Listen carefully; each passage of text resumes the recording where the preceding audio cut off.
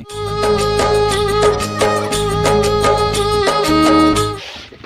पानी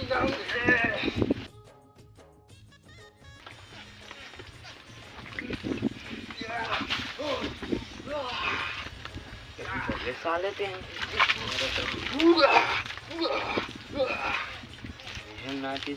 सर्दी खांसी धर ली तब जानी। अबे जीगना आते कभू नहीं नहा सकत रे। काबर कितने डरपोक नहा रहा। सर्दी लग गई कि डर रहा था।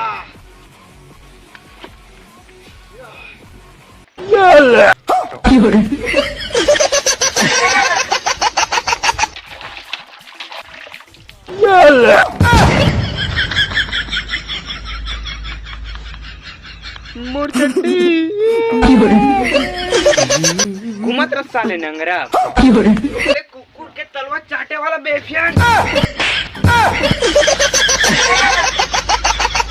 अंदर मजाक कर दे।